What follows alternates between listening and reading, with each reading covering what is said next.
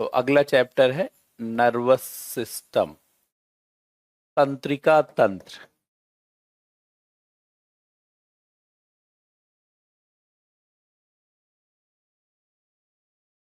तंत्रिका तंत्र, यह तंत्र भी शरीर में कोऑर्डिनेशन का काम करता है। शरीर के सभी अंगों में समन्वय, जैसे मैं हाथ ऊपर नीचे कर रहा हूं, ये किसके बल पे हो रहा, किसके सहारे हो रहा है? Nervous system. अगर नर्वस सिस्टम काम ना करे तो जानते हैं, ऐसे पैरालिसिस हो जाएगा। तो हाथ ऐसे रहेगा तो फिर ऐसे ही रहेगा। शरीर के सभी अंगों और उसके कार्यों के बीच में जो समन्वय है, जैसे मान लीजिए मैं देखे दोनों हाथ ऐसे कर रहा हूं, ऊपर नीचे, या उठना बैठना सोना, ये सब नर्वस सिस्टम के कारण है। इसीलिए यह भी कोऑर्डिनेशन का काम करने वाला, ये कोऑर्डिनेटरी सिस्टम है। कोऑर्डिनेशन का काम करती है, समन्वय का काम, समन्वयकारी तंत्र है।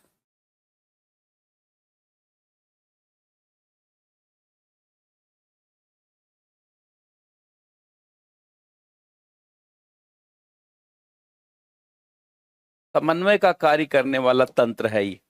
तो एक चीज तो आप जानते नहीं, और आप देख रहे हैं कि मनुष्य के शरीर में नसों का पूरा जाल बिछा हुआ है। ये देखिए पूरा नर्वस सिस्टम, इसमें सबसे ज्यादा प्रभावी भूमिका ब्रेन की। देखिए स्पाइनल कार्ड की, ये पूरा ब्रेन आपको दिख रहा होगा, अभी दिखाते हैं, बनाते भी हैं। और ये पीछे जानते हैं स्पाइनल कार्ड, और इसके बाद ये पूरा मेरुदंड देख रहे हैं, इस तरीके के जाल देख रहे हैं आप। तो ये सभी जो है नर्वस सिस्टम का भाग है। और इसी के अंदर देखिए ये ब्रेन, और इसी ब्रेन का जानते हैं निचला भाग जो है यहां नीचे स्पाइनल कार्ड। ये देखिए स्पाइनल कार्ड आपको दिख रहा होगा, ये नीचे, ये तो पूरा ब्रेन, और इसके नीचे आप देख रहे हैं स्पाइनल कार्ड। ये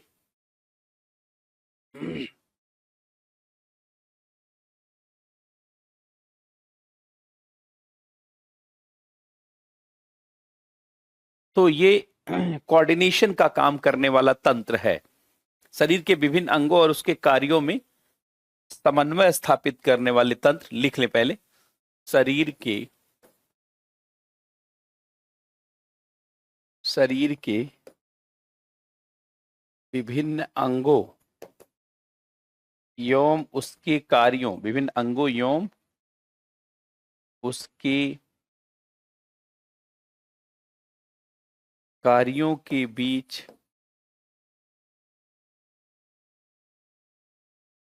समन्वय स्थापित करने वाला तंत्र तंत्रिका तंत्र कहलाता है। तंत्रिका तंत्र कहलाता है।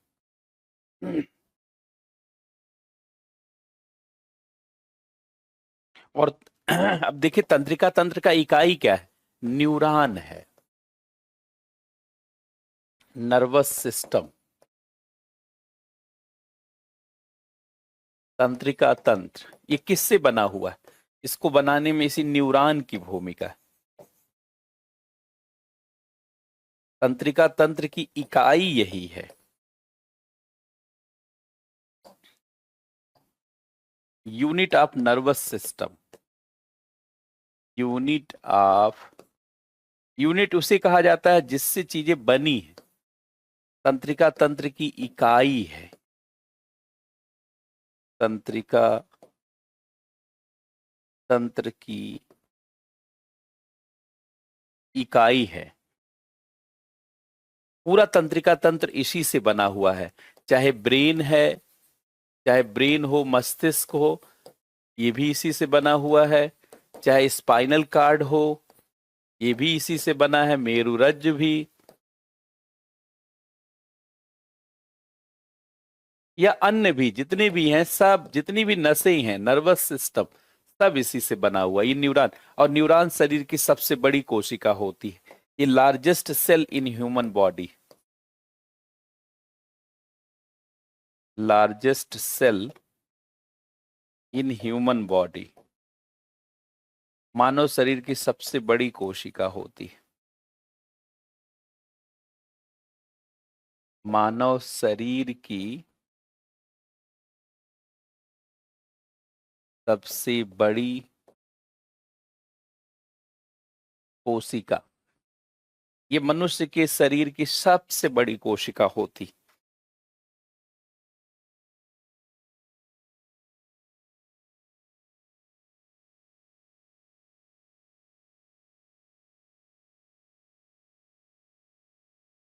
ये मनुष्य के शरीर की सबसे बड़ी कोशिका होती।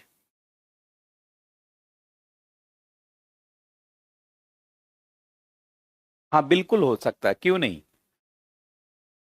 संभव हो सकता है। अब देखिए पहले न्यूरॉन का एक फिगर बना लेते हैं। देखिए न्यूरॉन होता ऐसे है, सबसे बड़ी कोशिका जो मनुष्य के शरीर की है,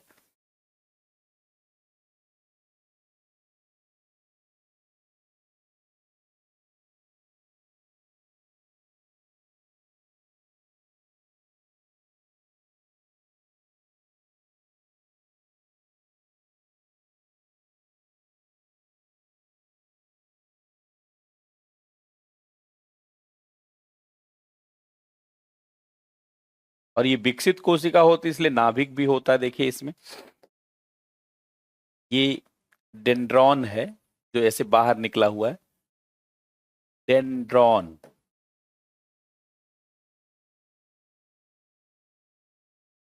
ये एक्सॉन है,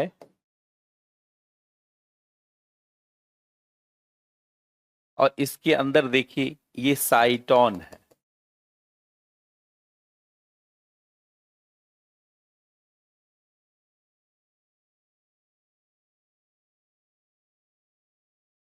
ये साइटोन है, और ये सिनॉप्टिक नॉब्स है जो ये नीचे दिख रहा है।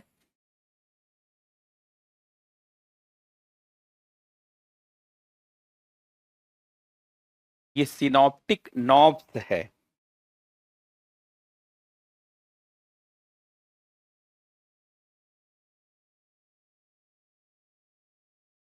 साइनेप्टिक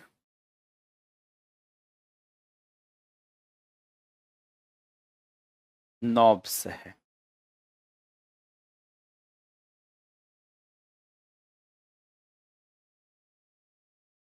साइनेप्टिक नॉब्स है।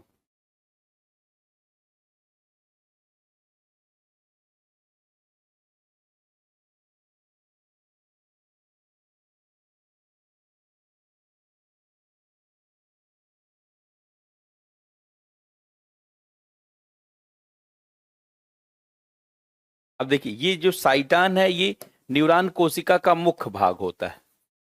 यह न्यूरॉन कोशिका का मुख्य भाग होता है। इसी में केंद्रक और कोशिका द्रव्य सब होता है। इसी में केंद्रक,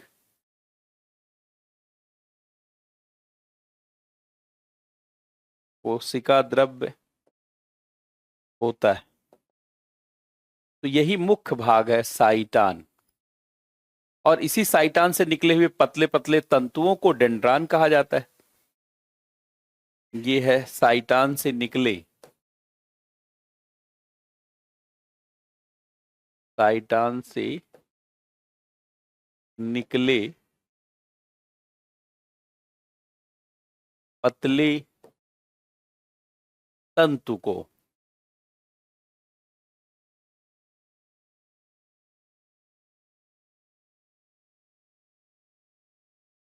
और ये देखिए साइटान से प्रारंभ होकर के पतला लंबा तंत्रिका निकलता है।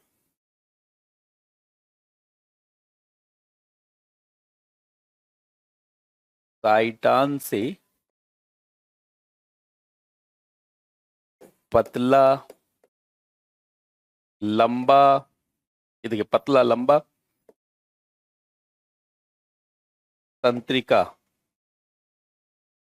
पतला लंबा तंत्रिका तंतु, ये साइटान हो गया। और ये देखिए सिनॉप्टिक नॉब्स हो गया। तो न्यूरॉन समझ में आ गया। देखिए तीन पार्ट है, साइटॉन, डेंड्रॉन और एक्सान, यही तीन पार्ट है इसका, साइटॉन, डेंड्रॉन और एक्सॉन। और एक न्यूरॉन दूसरे न्यूरॉन से इसी के माध्यम से जुड़ता है। अभी मैं दिखाता हूं एक दूसरा फिगर। अब देखिए एक न्यूरॉन, मान लीजिए ये कोई न्यूरॉन है, देखिए ये कोई न्यूरॉन है, थोड़ा छोटा ऐसे बना लेते हैं, ये कोई न्यूरॉन है और इसमें देखिए ये निकल रहा, ये सिनॉप्टिक नॉब्स है। अब दूसरे न्यूरॉन से यही कनेक्ट करता है, ये न्यूरोट्रांसमीटर का काम करता है।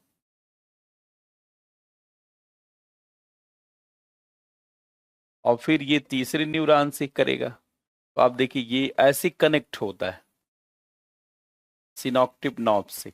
फिर इससे जानते हैं दूसरा न्यूरॉन,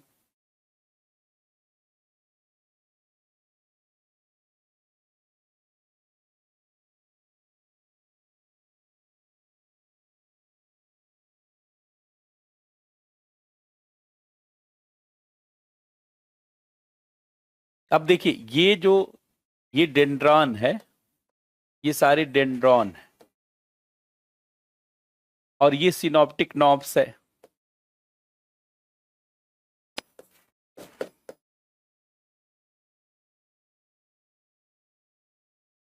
इन्हीं के नाते सब आपस में जुड़ पाते। ये न्यूरोट्रांसमीटर, ये सिनॉप्टिक नॉब्स जो है ये न्यूरोट्रांसमीटर का काम करता है। न्यूरो माने तंत्रिका, ट्रांसमीटर माने संप्रेषक, न्यूरो ट्रांसमीटर का काम करता है। न्यूरो ट्रांसमीटर का कार्य करता है। अर्थात जैसे आपने कोई चीज सोचा तो ये यहां से ट्रांसफर करता। अगर ये दोनों आपस में ना जुड़े रहे तो आपकी याददाश्त कमजोर हो जाएगी, सोचने समझने की क्षमता कमजोर हो जाएगी, मैडनेस आ जाता है। जब व्यक्ति ज्यादा तनाव लेता है, जैसे मान लीजिए कोई बहुत तनाव लेता है, चिंता करता है, तो ये जानते हैं नष्ट होने लगते, ऐसे ये निकलने लगता है। जैसे आपने तनाव लिया, आपने तनाव लिया तो ये निकल गया, फिर आपने तनाव लिया ये निकल गया, फिर ऐसे तनाव लिया निकल गया। अर्थात ऐसे तनाव लेने से निकलता जाता है, जिससे व्यक्ति पगला होने लगता है, मैड होने लगता है, पगला मैड होने लगता है, उसकी याददाश्त सोच समझ सब कम होने लगती है। तो ज्यादा तनाव लेने पर जानते हैं ये, या नेगेटिव सोचने पर, बहुत नकारात्मक कि भविष्य खराब हो जाएगा, ऐसा हो जाएगा, वैसा हो जाएगा, तो ये इनका लॉस होने लगता है, इनका ऐसे लॉस होने लगता है। नकारात्मक सोच और तनाव से सिनॉप्टिक नॉब्स बहुत तेजी से नष्ट होते हैं। और बात समझ रहे हैं, इससे जो है बहुत गंभीर चुनौतियां उत्पन्न होती। जितने रोग हैं जानते हैं, जैसे आपने सुना होगा पार्किंसन, पार्किंसन, या आपने पढ़ा अल्जाइमर,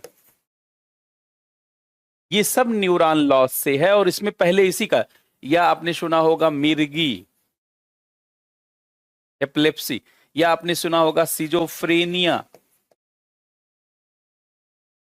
ये सब जानते हैं इसी कारण से होता। ये सब न्यूरॉन लॉस से होते हैं, ये सब न्यूरॉन के नष्ट होने से, न्यूरॉन के नष्ट होने से होने वाले रोग हैं। और क्या नष्ट होता है? नष्ट यही होता है, सबसे पहले यही नष्ट होने लगता है, यही नष्ट होने लगता है, जो ऐसे जुड़ा हुआ है यही नष्ट होगा। यही नष्ट होगा, तो जानते हैं शरीर में सारी सूचना पहुंच ही नहीं पाती। अब देखिए यहां पर पार्किंसन क्या है, हाथ पैर का हिलना, पहले लोग बुढ़ापे की निशानी मानते थे। हाथ पैर का अपने आप हिलना, पहले लोग वृद्धावस्था की निशानी मानते थे। जैसे आपने देखा होगा किसी का हाथ पैर हिल रहा, या मान लीजिए साइन करना चाह रहा है ऐसे हिल रहा है, या हाथ हिल रहा, पैर हिल रहा, हाथ हिल रहा, तो ये पार्किंसन रोग है, ये वृद्धावस्था की निशानी नहीं है। पहले लोग सोचते थे बुजुर्ग होने पर ऐसा होगा, बुजुर्ग होने पर ऐसा नहीं होता, ये न्यूरॉन के लॉस होने से होता है।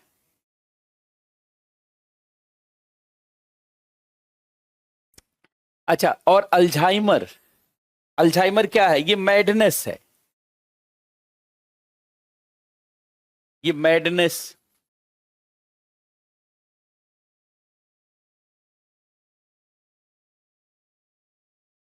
पगलापन,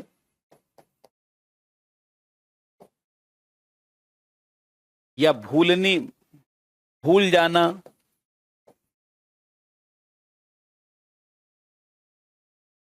बच्चों जैसा, बच्चों जैसा व्यवहार, व्यवहार करना। पहले लोग कहते थे कि बुजुर्ग बच्चों जैसे होते, बुजुर्ग बच्चों जैसे नहीं होते। अगर बुजुर्ग में बच्चों जैसी चीजें आ जाती हैं, इसका मतलब अल्जाइमर रोग है। जैसे अटल बिहारी वाजपेयी को यही रोग था, वो एकदम बच्चे जैसा जानते करते थे। कई बार कहते थे कि गिलास में चाय पिएंगे, कप में नहीं पिएंगे। कई बार कहते थे कुछ अपने मन से, कई जमीन पर लेटने लगते थे। बड़ा लास्ट मोमेंट उनका बहुत चुनौतीपूर्ण रहा, तो वो अल्जाइमर। और जानते होंगे आप, जॉर्ज फर्नांडीज को भी यही समस्या थी, अल्जाइमर। अल्जाइमर मैडनेस जैसा हो जाता है। और मिर्गी में आप जान ही रहे हैं, बात समझ रहे हैं? मिर्गी तो आप सबको पता है, का एक चक्कर आ जाना, और सिजोफ्रेनिया में है मूड खराब हो जाना। ये चक्कर आना, गिर पड़ना, चक्कर आना, गिर पड़ना, और इसमें मूड खराब हो जाना, मूड खराब हो जाना। जैसे बहुत लोग इरिटेट होते हैं किसी को देख करके, या बाहर साउंड आ रही, कहते हैं अरे इसी से हमारा सारा जीवन बर्बाद हुआ, इसी के नाते मैं पढ़ नहीं पा रहा हूं। आप उसके नाते नहीं पढ़ पा रहे हैं, आप स्वयं के नाते नहीं पढ़ पा रहे हैं। किसी के जानते कारण अगर आपको कुछ लग रहा है, तो निश्चित रूप से ये तनाव है, और इससे न्यूरॉन का लॉस होगा, फिर सिजोफ्रेनिया हो जाएगा।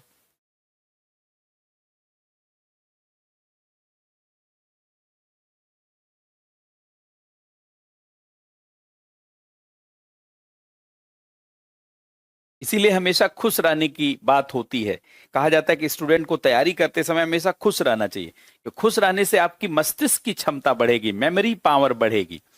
तनाव लेने से, गुस्सा करने से सब मेमोरी का लॉस हो जाता है।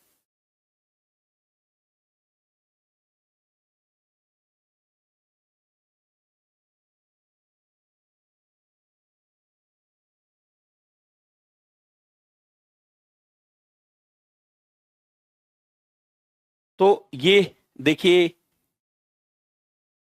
ये न्यूरो ट्रांसमीटर का अर्थात, देखिए न्यूरो माने होता है न्यूरॉन, और ट्रांसमीटर माने संप्रेषक, भेजने वाले। एक बार ये सवाल भी देखिए आया था, आपको दिखाते हैं।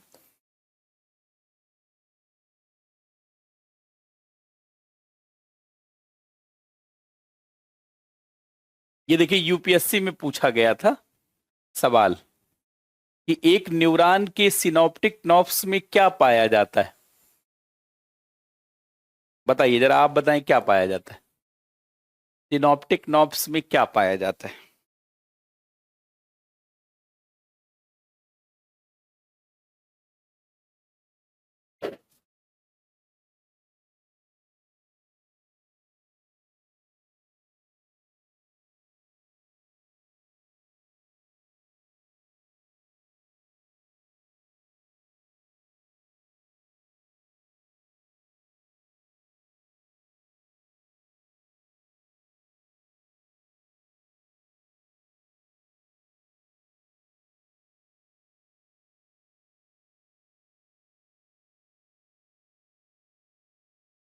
हाँ, सिजोफ्रेनिया, मूड खराब होता है, सब साइकोलॉजिकल जो डिजीज है। ये देखिए, neuro, very good, C is option. और ये वाला तो आप, और तंत्रिका तंत्र की इकाई क्या है?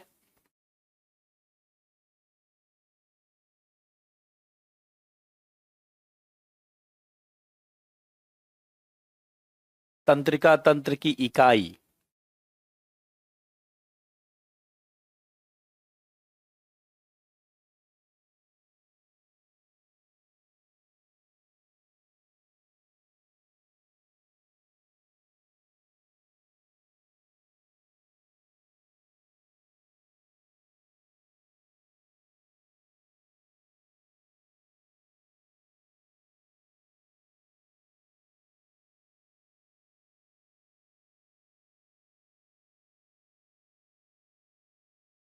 वेरी गुड, यही न्यूरॉन, यही तंत्रिका तंत्र की इकाई है। तो ये सभी लोग समझ गए।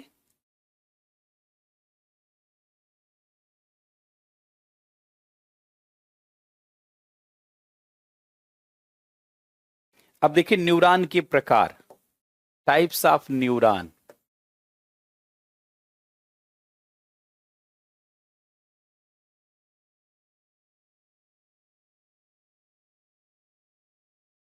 टाइप्स ऑफ न्यूरॉन, न्यूरॉन के प्रकार। तो न्यूरॉन तीन प्रकार के होते हैं।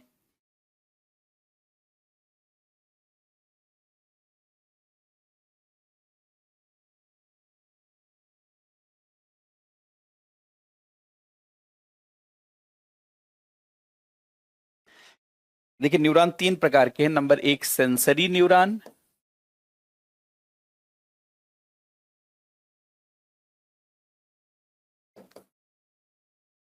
संवेदी न्यूरॉन। और दूसरा, मोटार न्यूरॉन, मोटर न्यूरॉन।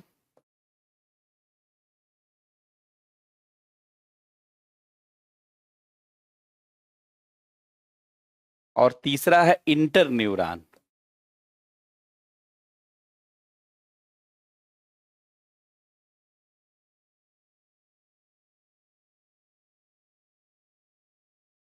ये तीन प्रकार के न्यूरॉन।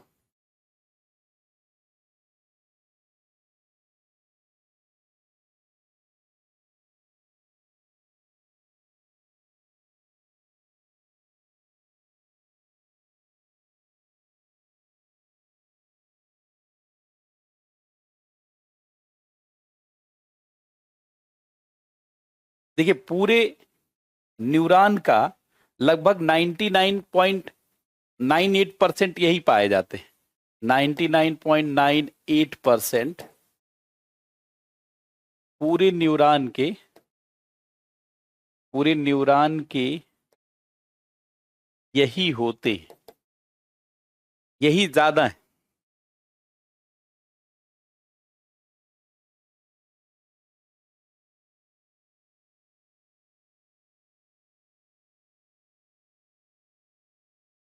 अब देखिए सबसे पहले सेंसरी न्यूरॉन, थोड़ा इसको भी सबको समझते हुए चलते हैं। नंबर एक, सेंसरी न्यूरॉन।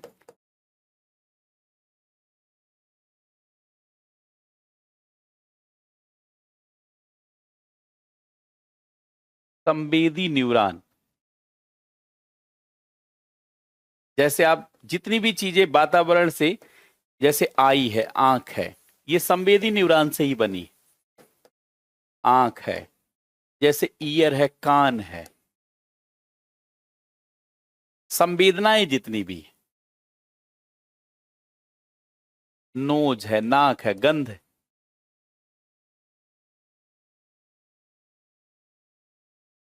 स्किन है।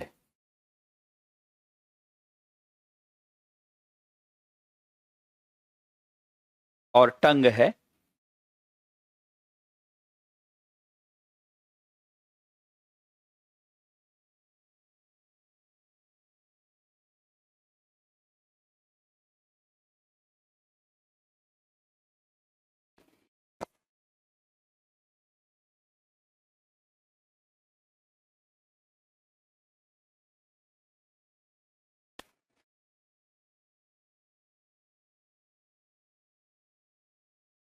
यह वातावरण से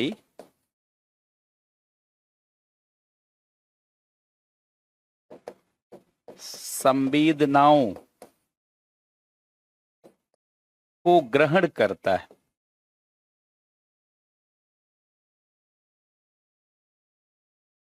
अर्थात इनकी भूमिका रिसेप्टर्स की होती है। इनकी भूमिका रिसेप्टर्स की होती है।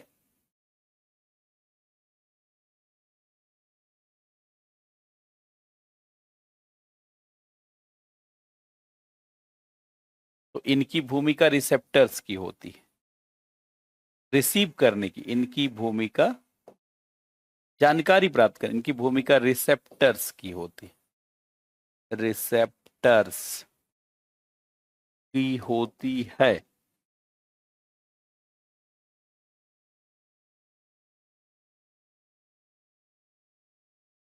ये सारी ज्ञानेंद्रियां हैं, यही ज्ञान इंद्रियां हैं।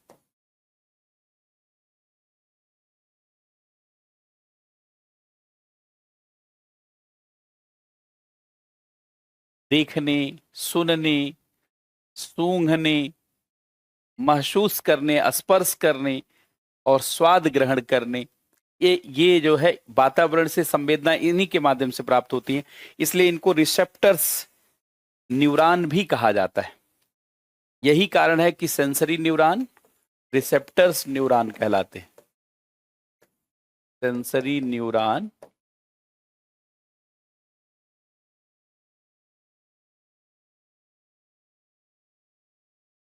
रिसेप्टर न्यूरॉन, संवेदाग न्यूरॉन संग्राहक।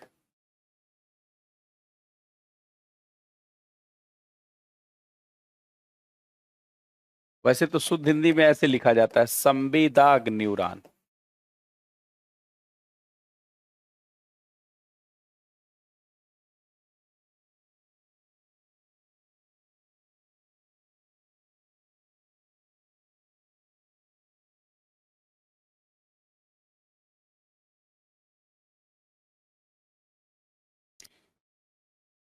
अब देखिए दूसरे प्रकार के न्यूरॉन,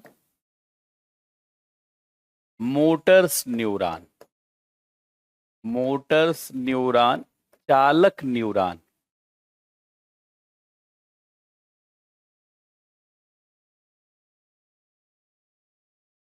चालक न्यूरॉन, ये इफेक्टर्स भी कहलाते हैं, यही प्रतिक्रिया करते हैं।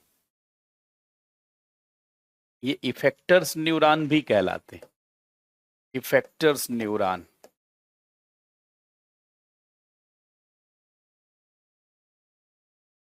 प्रतिक्रिया करने वाले न्यूरॉन, ये प्रतिक्रिया करने वाले न्यूरॉन होते हैं।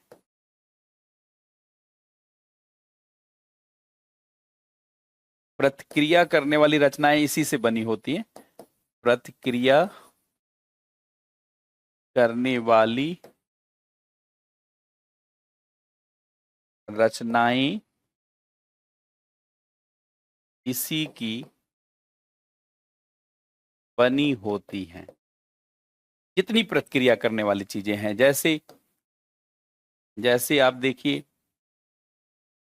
जैसे मसल्स है, मांसपेशियां, मसल्स, मांसपेशी, मांस, इसमें हाथ पैर, हाथ पैर, ये से तब तो प्रतिक्रिया करने वाली चीजें। ग्लैंड्स, जितनी भी ग्रंथियां हैं जिनसे हार्मोन निकलते, सब ग्रंथियां भी जानते हैं इसी की बनी हुई है। इतना याद रखने के लिए जरूरी ठीक रहेगा।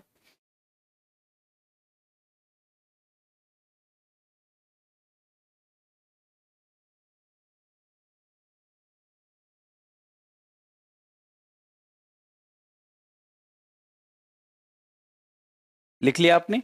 अब देखिए इंटर न्यूरॉन्स तीसरे प्रकार के, जो कनेक्टर्स होते हैं, जोड़ते। तो ये आपने देख लिया, जो संवेदना प्राप्त करते हैं, जो प्रतिक्रिया देते हैं। अब तीसरा इंटर न्यूरॉन, जो सबसे ज्यादा होते, इंटर न्यूरॉन।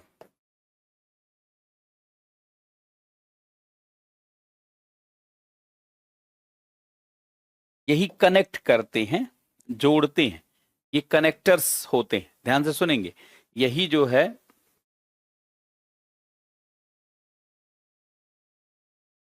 कनेक्टर न्यूरॉन होते हैं,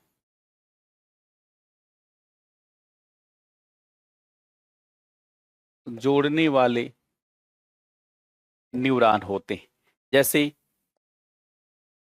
ब्रेन है, मस्तिष्क, ये आपको चीजों से जोड़ता है, परत दर परत उसमें संबंध स्थापित करता है, आप तर्क कर पाते हैं, आप सोच पाते। स्पाइनल कार्ड,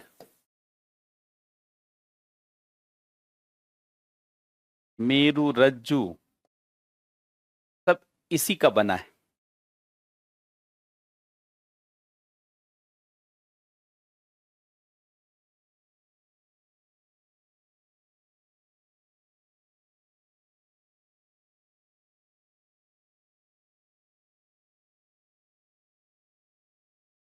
अब ये इंटर न्यूरॉन कई प्रकार के होते हैं।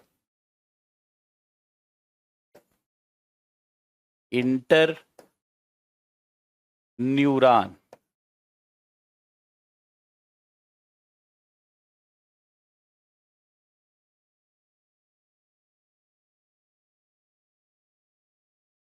यही CNS, PNS, ANS, central nervous system, central nervous system, केंद्रीय तंत्रिका तंत्र, जिसमें मस्तिष्क और स्पाइनल कार्ड आता है। केंद्रीय तंत्रिका तंत्र, पेरिफेरल नर्वस सिस्टम,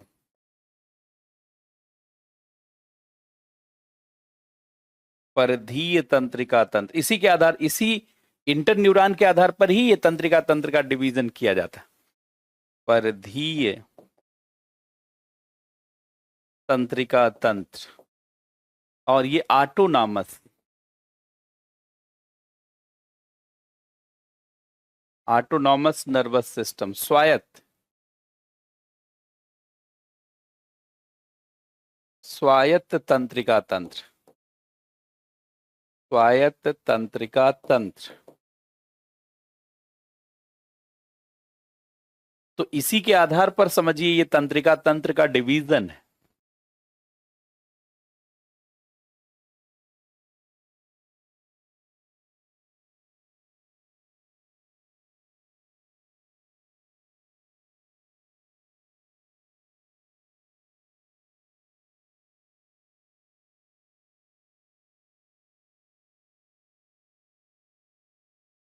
अब ब्रेन स्पाइनल कार्ड देखिए, इसी में ये सब इंटर न्यूरॉन के रूप में भूमिका निभाते हैं।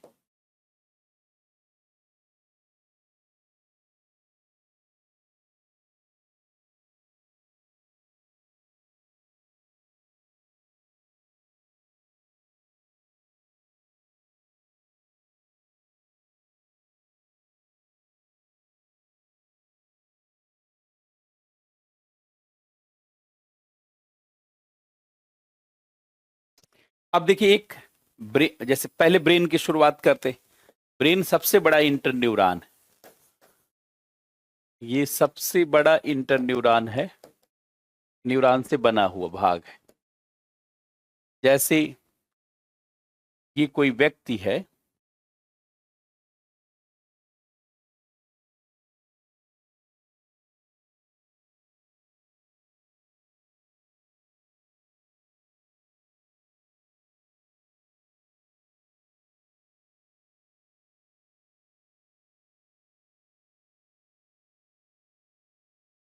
ये कोई व्यक्ति है। तो आप देखिए ये जो पार्ट है, ये अग्र मस्तिष्क का है, ये देखिए मध्य मस्तिष्क का है, और ये पश्चिम मस्तिष्क का है। ये मध्य मस्तिष्क है, ये मस्तिष्क का ही देखिए भाग है। और इसको मैं दूसरे कलर से कर देता हूं। ये देखिए पश्चिम मस्तिष्क, पिछला मस्तिष्क है। ये अग्र मस्तिष्क के बाद दूसरा बड़ा भाग यही पिछला वाला ही है। और ये सबसे बड़ा भाग आप देखिए,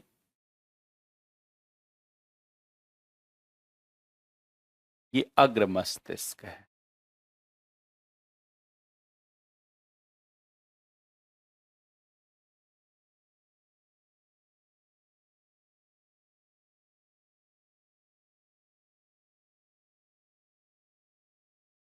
और तीनों जानते हैं यहां पे मिलते हैं।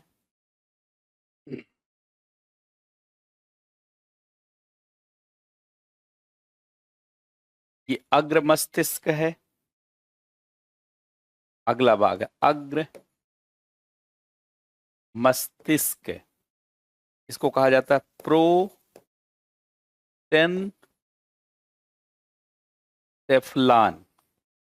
या फोर ब्रेन भी कहा जाता है।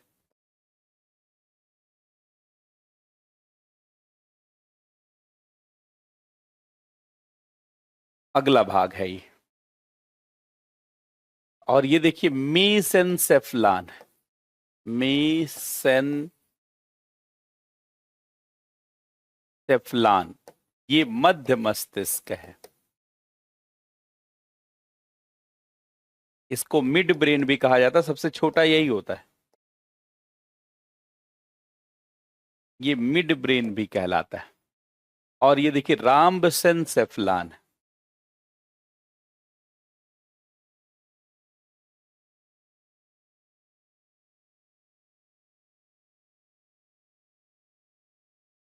ये पश्च मस्तिष्क, इसको हिड, देखिए ये पश्च मस्तिष्क है, इसको हिड ब्रेन भी कहा जाता है।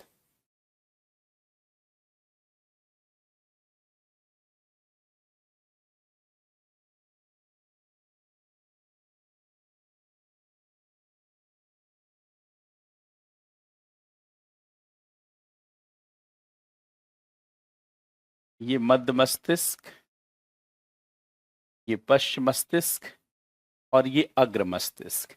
ये जहां पे मिलते हैं यही तीनों ग्रंथियां होती हैं, पीयूष ग्रंथि, हाइपोथैलेमस और पीनियल। यहीं पर देखिए ये पीनियल ग्रंथि, माना जाता है यही आत्मा का स्थान है। पीनियल, पीयूष और हाइपोथैलेमस जो आपने पढ़ा है, ये तीनों जहां मिलती हैं इसी ज्वाइंट पर ही।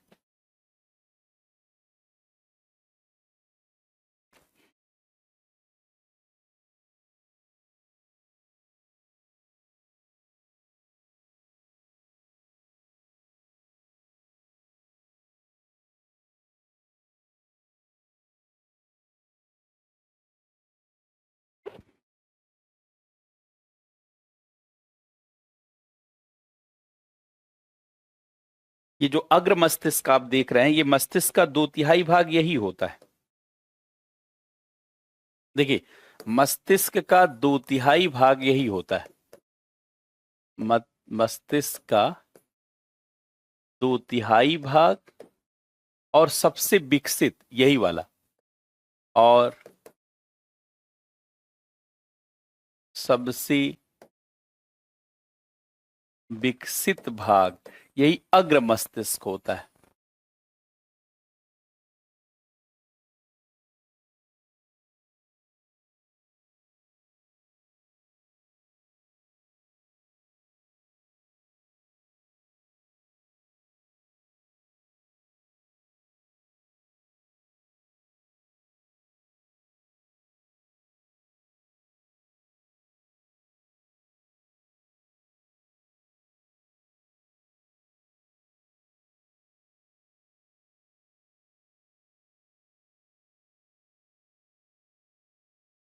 आप यहां भी देख सकते हैं।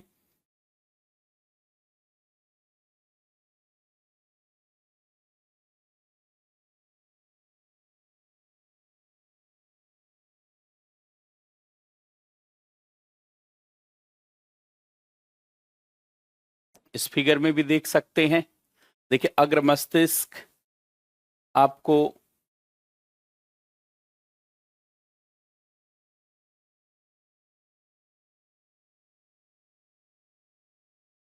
कितना बड़ा दिखाया गया, ये अग्र मस्तिष्क।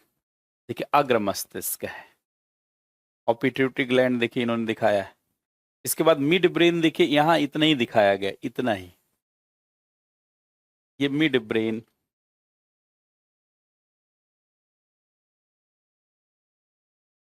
इन्होंने ऐसे दिखाया है। और पश्च मस्तिष्क को देखे, हिड हिंड ब्रेन को इतना दिखाया। यहां शायद मैंने गलती लिख दिया क्या?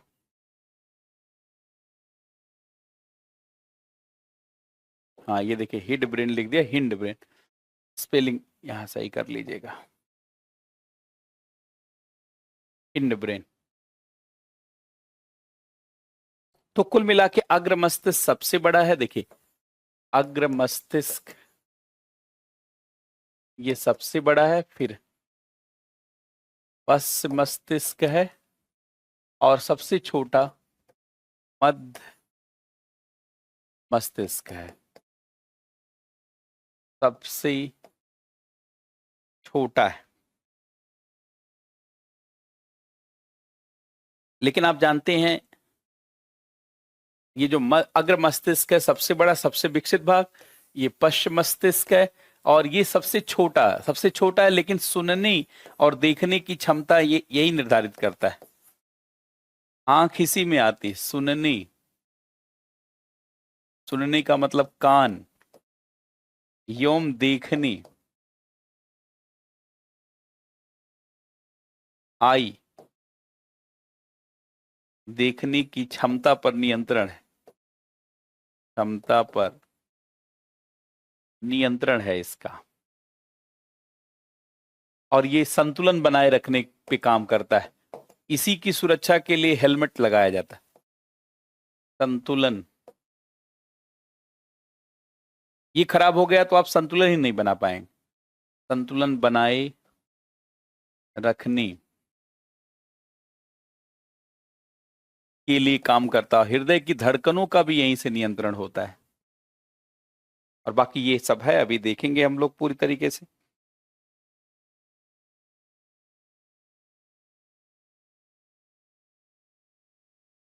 तो सबसे पहले देखा जाए अग्र मस्तिष्क,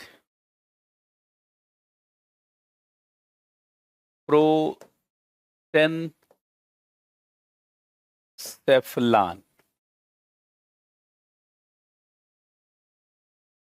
अग्र मस्तिष्क, या इसी को कहा जाता है फोर ब्रेन।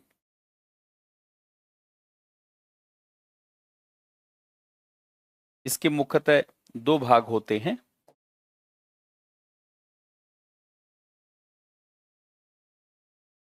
ध्यान से देखें, इसके मुख्यतः दो भाग हैं।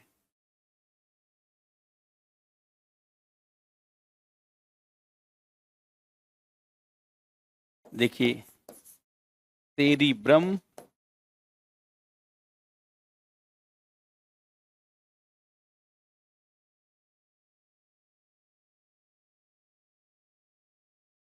और डाई इंसेफ्लान। डाई इंसेफ्लान,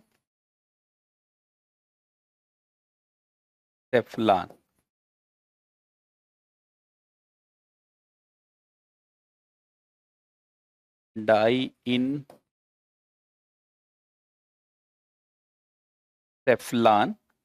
इसमें थैलमस और हाइपोथैलमस।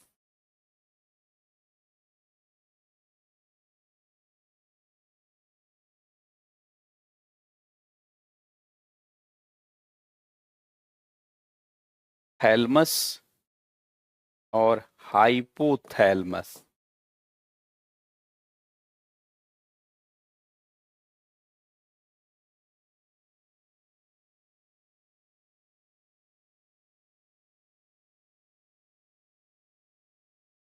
थैलमस और हाइपोथैलमस।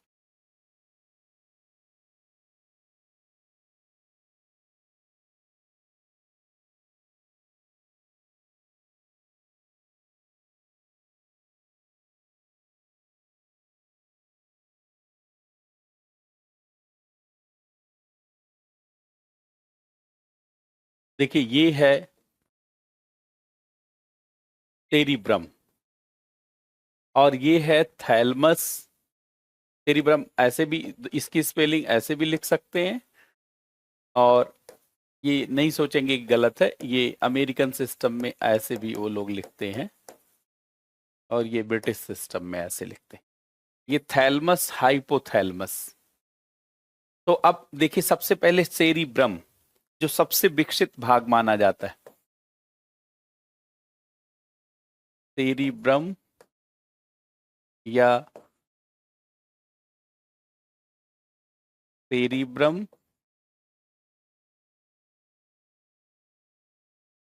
ये मस्तिष्क का सबसे अगला भाग होता है। देखिए ये जो फोरहेड आप देख रहे हैं, यहां से लेकर के ये सबसे अगला भाग होता है और यही सबसे विकसित भाग होता है। यह मस्तिष्क का अगला भाग होता है। अगला भाग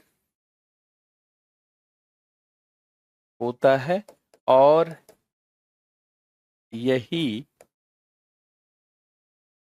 सबसे विकसित भाग होता है।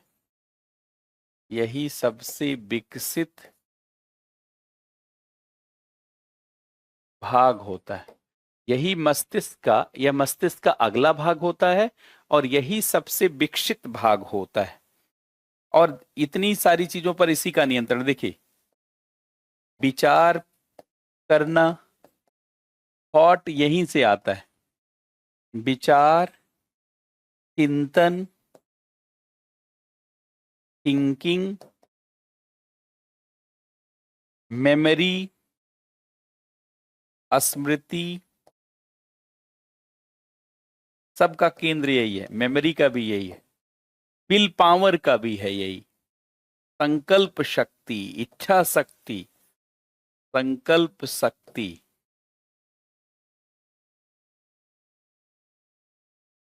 विल पावर, विचार, चिंतन, स्मृति, संकल्प शक्ति, इच्छा शक्ति आदि सभी का केंद्र।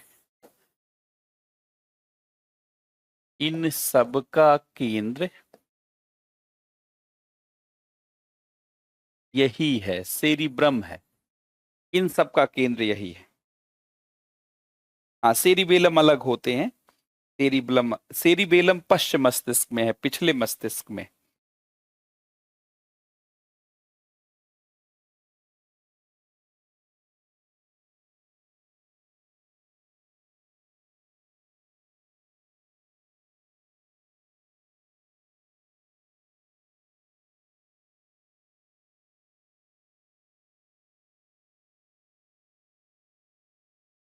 तो कोई भी पूछे आपसे, विचार, चिंतन, सोचने, इन सब की क्षमता देखिए यही निर्धारित करता है।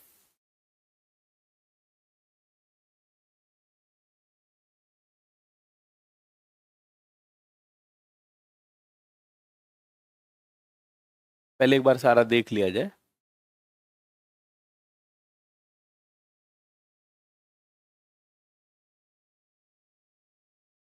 तो ये आपने देखा।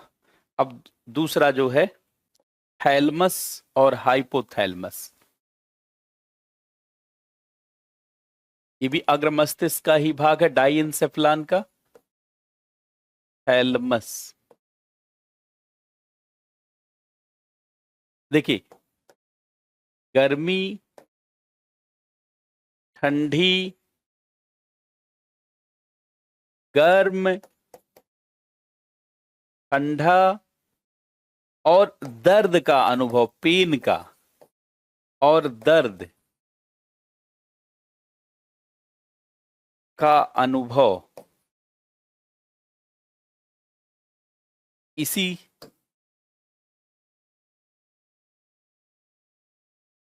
के कारण होता है। कोई चीज आपको कोई चीज गर्म लग रही है, ठंडा लग रही है, गर्मी महसूस हो रही है, ठंडी महसूस हो रही है, या पेन महसूस हो रहा है, इसी भाग के कारण संभव होता है। इसी भाग के कारण संभव होता है।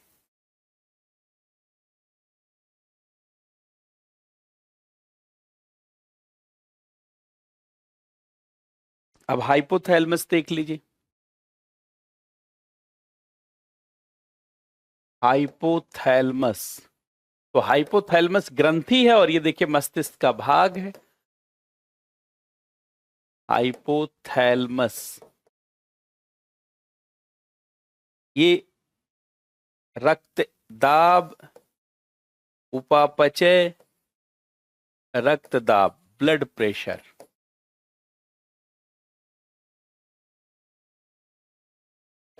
उपापचय, मेटाबॉलिज्म,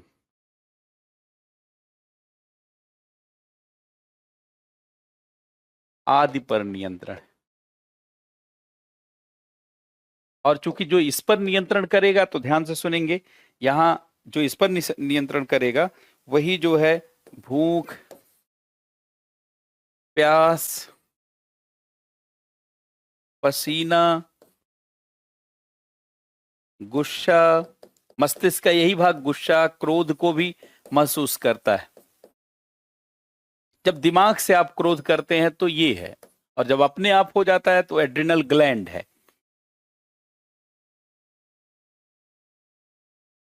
तो ये आपको जो है उस पर भी लिखा हुआ भी दे देंगे। अब देखिए मध्य मस्तिष्क, ये सेरिबल, पेंडिकल और कार्पोरा क्वाड्रिजेमिना, ये दो भाग है।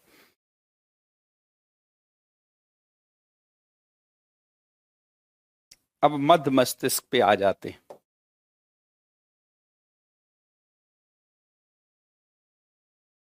मीसेन सफलान, मध्य मस्तिष्क ये दो भागों में बटा होता है। ये दो भागों में बटा होता है। कॉर्पोरा क्वाड्री जेमिना, कार्पोरा क्वाड्री जेमिना, एक तो ये पार्ट है जो मस्तिष्क को स्पाइनल कार्ड से जोड़ता है, और दूसरा सेरिब्रल। देखिए ये सेरिब्रल है, सेरिब्रल, पेंडल,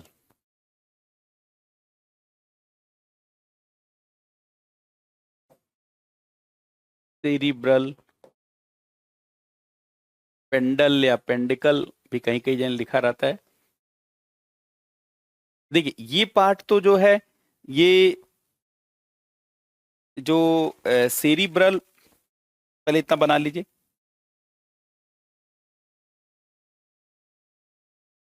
बॉडी टेम्परेचर पर थैलमस का नियंत्रण होता है। बॉडी के टेम्परेचर पर थैलमस का ही नियंत्रण होता है। हाँ,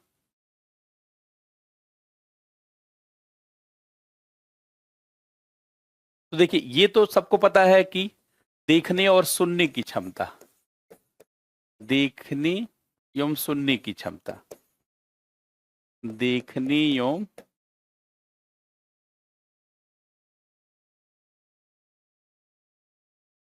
सुनने की क्षमता पर नियंत्रण। और ये ब्रेन को स्पाइनल कार्ड से जोड़ता है। यह ब्रेन को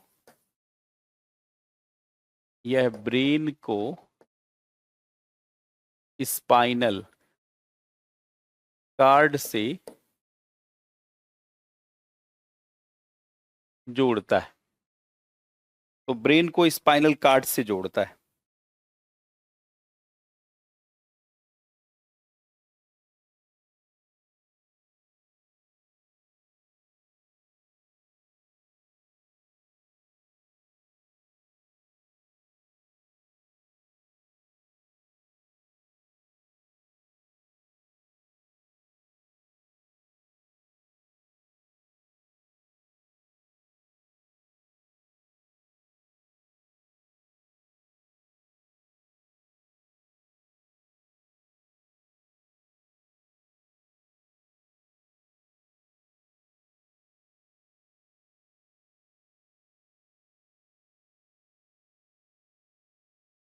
अब ये पश्च मस्तिष्क, जिसका कुल 3 भाग है, सेरिबेलम, मेडुला ऑब्लोंगाटा और पोन्स।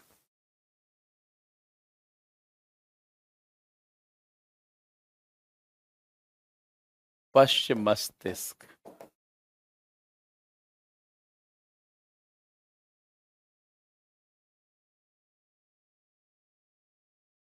छोटा कर देते।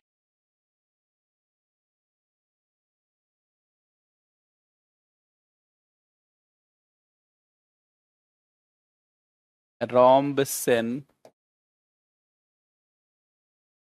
सेफलान, ये 3 पार्ट हैं इसके। एक तो सेरिबेलम है, सेरिबेलम है,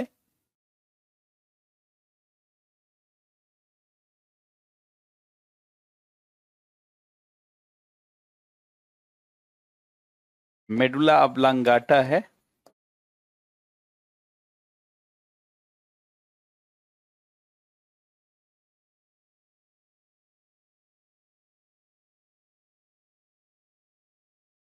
मेडुला ऑब्लोंगाटा और पोन्स है।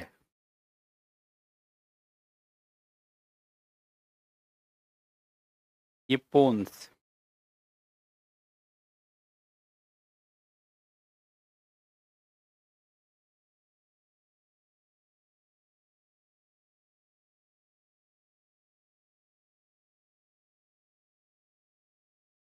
बॉडी टेम्परेचर पर थैलमस का नियंत्रण होता, थैलमस का, बॉडी टेम्परेचर थैलमस, हाइपोथैलमस नहीं, थैलमस।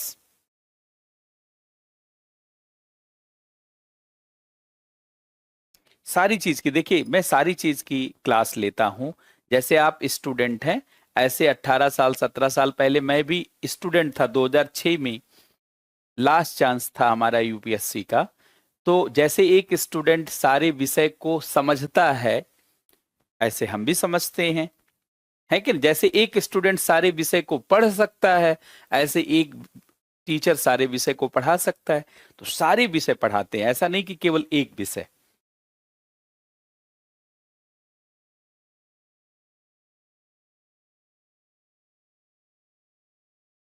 तो देखिए, शरीर संतुलन बनाने का काम यही करता है,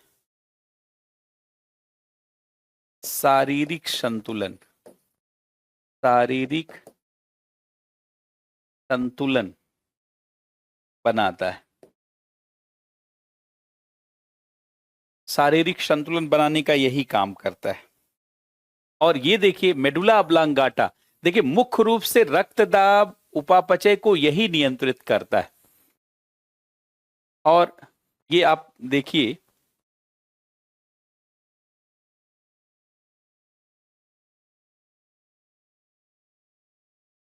सबसे पहले तो ये जान लीजिए जिस पे लोग बड़ा इंटरेस्टेड, देखिए उल्टी होती है, सपना देखना, ये सब पोन्स निर्धारित करता है। देखिए सपना देखना, सपना देखना, उल्टी होना, तो उल्टी होना, सपना देखना, इस पर पोन्स का नियंत्रण है। और ये मुख्य रूप से देखिए, ये मुख्य रूप से उपापचय, उपापचय पर मुख्य नियंत्रण इसी का है। हाइपोथैलेमस और ये अगर दोनों ऑप्शन आ गया तो इसको आप टिक करेंगे। रक्त दाब और हृदय धड़कन, हृदय की धड़कन, ये कार्डियक सेंटर कहा जाता है मेडुला ऑब्लोंगाटा को। हाँ, हाइपोथैलेमस। बस अभी 5 मिनट में हो जाएगी, घबराना नहीं है, अब क्लास खत्म होने वाली है। अब देखिए, यही मेडुला ऑब्लोंगाटा को कार्डियक सेंटर कहा जाता है, मेडुला ऑब्लोंगाटा।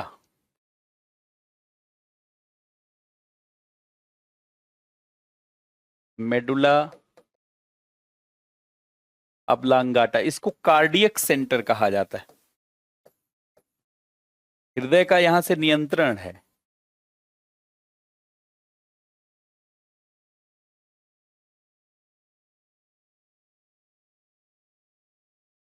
हृदय धड़कनों पर यहां से नियंत्रण, क्योंकि हृदय की धड़कन पर, हृदय की धड़कन पर इसका नियंत्रण, हृदय की धड़कन पर इसका नियंत्रण होता है, क्योंकि हृदय के धड़कन पर इसका नियंत्रण होता है।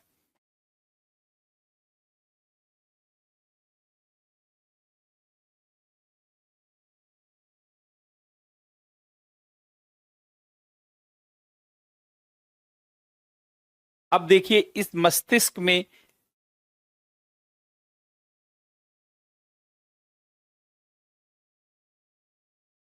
यहां आप देखेंगे तो इसके सबसे लास्ट में आपको दिखेगा ये स्पाइनल कार्ड, ये स्पाइनल कार्ड है। अब इसको भी समझ लिया जाए ताकि ये पूरा फिनिश हो जाए। तो स्पाइनल कार्ड ये 24 घंटा काम करता है, ब्रेन 24 घंटे नहीं काम करता है। मेरुरज्जु,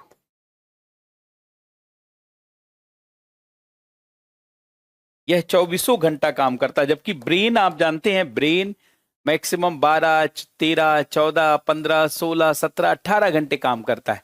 जब आप रात में सो जाते हैं और आपको कोई ऐसे टच करता है, उठिए जरा, तो आप उस समय उठते हैं किसके सहारे? यही स्पाइनल कार्ड। या आपके ऊपर कोई चीज गिर गई, कई बार रात में कोई उठाने आ गया, आपको हिला रहा है, आप उठे, तो उस समय दिमाग नहीं काम कर रहा होता। कई बार आप उठते हैं और कहते हैं कि हाँ मेरे भाई बताइए, मेरे भाई, तब तक पता चला कि डाकू है, वो आपको हिला रहा था, आपको पकड़ लिया उसने। तो उस समय दिमाग नहीं काम करता, स्पाइनल कार्ड काम करता है। तो यह 24 घंटे काम करता है, यह 24 घंटे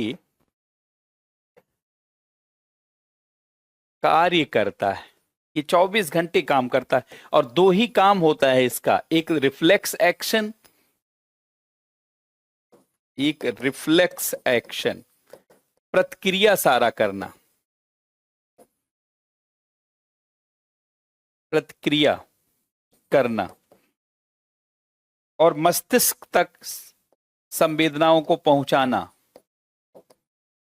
मस्तिष्क तक सूचना को, संवेदना को पहुंचाना, सूचना को पहुंचाना। जैसे रिफ्लेक्स एक्शन में, जैसे मान लीजिए आपने मिठाई देखी, जिलेबी देखी, मुंह में पानी आ गया, ये स्पाइनल कार्ड का है। जैसे नाक में कोई चीज, कोई कीड़ा मकोड़ा गया, तुरंत छींक आ गई, ये रिफ्लेक्स एक्शन इसी से। जैसे किसी ने सीटी बजाया, हॉर्न बजाया और आप चौंक गए, ये स्पाइनल कार्ड। सांप देखा, आप भागने लगे, ये रिफ्लेक्स एक्शन, सब इसी के द्वारा है। और ये मस्तिष्क तक सूचना को पहुंचाता है।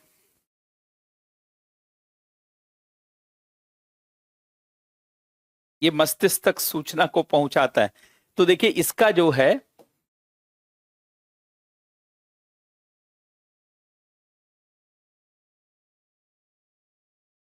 तो आप कुछ प्रश्नों को देख लीजिए।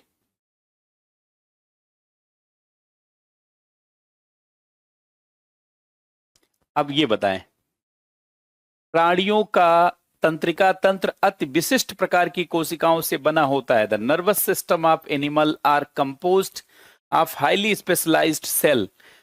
किससे बना होता, फटाफट बताएं, सब आप जानते हैं।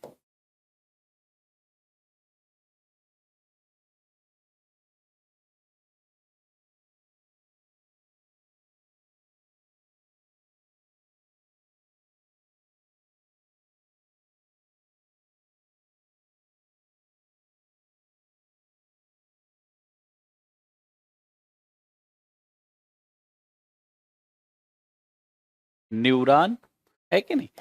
ए is the right answer. Very good. अब ये बताएं, निम्नलिखित में से कौन मनुष्य के दृष्टि और श्रवण सजगता को, विच among the following control reflexes related to vision and hearing? बताएं।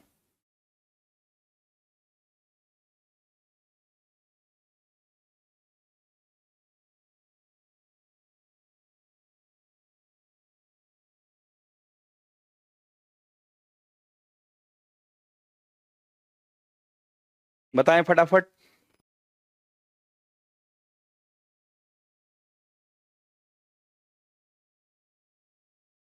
ये देखिए, कॉर्पोरा क्वाड्रिजेमिना, ये ऑप्शन।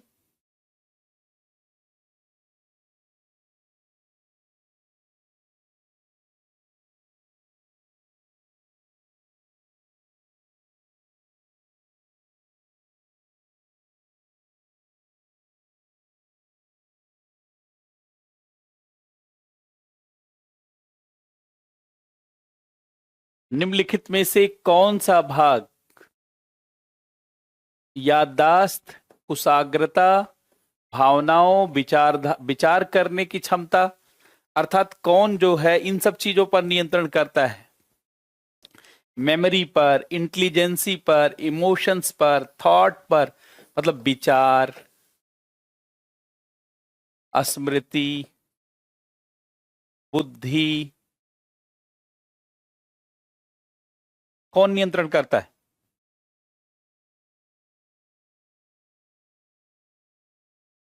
ब्रेन। ये ब्रेन है, डी पार्ट, और उसमें भी cerebrum.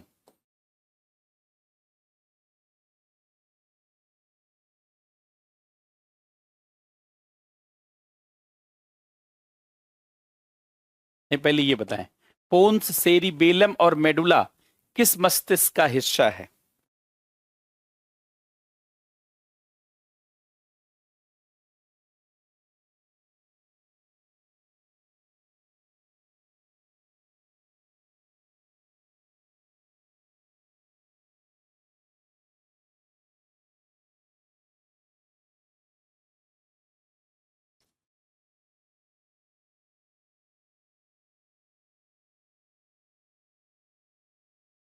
C is the right answer.